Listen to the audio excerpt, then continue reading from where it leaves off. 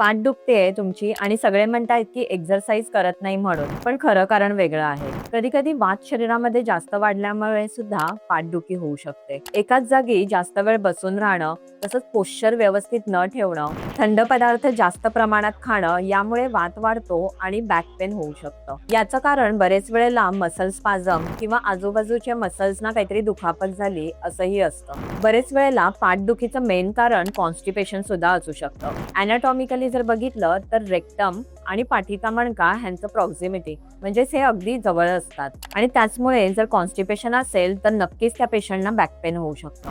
आयुर्वेदामध्ये याच गोष्टींचा विचार करून आपण पेशंटना बस्ती, जो वातशामक पंचकर्म आहे, आणि त्याचप्रमाणे पिंडस्वेद, जो पाठीच्या मणक्यांना छान न्यूट्रिशन नरिशमेंट देतो, तो पंचकर्म आपण ऍडवाइस करतो. तसंच बॅक पेनच्या पेशंटना आपण गरम असा आहार घ्यायला नक्कीच सांगतो. हा व्हिडिओ ज्यांना बॅक पेन होत आहे त्यांना नक्कीच तुम्ही शेअर करा. बॅक पेन ट्रीट करायचं असेल तर दिलेल्या नंबरवरती नक्की संपर्क करा.